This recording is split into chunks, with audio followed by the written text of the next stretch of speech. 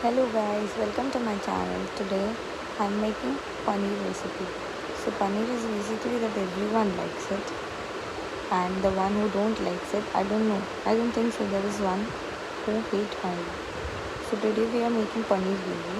I've cutted the paneer cubes in all equal parts. I'm roasting it inside the oil so that it gets a crazy brown color. Once the paneer gets brown, remove it. Add the mixture, the masala. Add some salt inside it. Add some paneer cubes and mix it well so that the paneer mixes with the masala. Pour some water inside it. Add some coriander to garnish it so it looks very pretty. Yeah, yes, our paneer is ready. You can serve it with rice, chapati, or puri, whatever you like.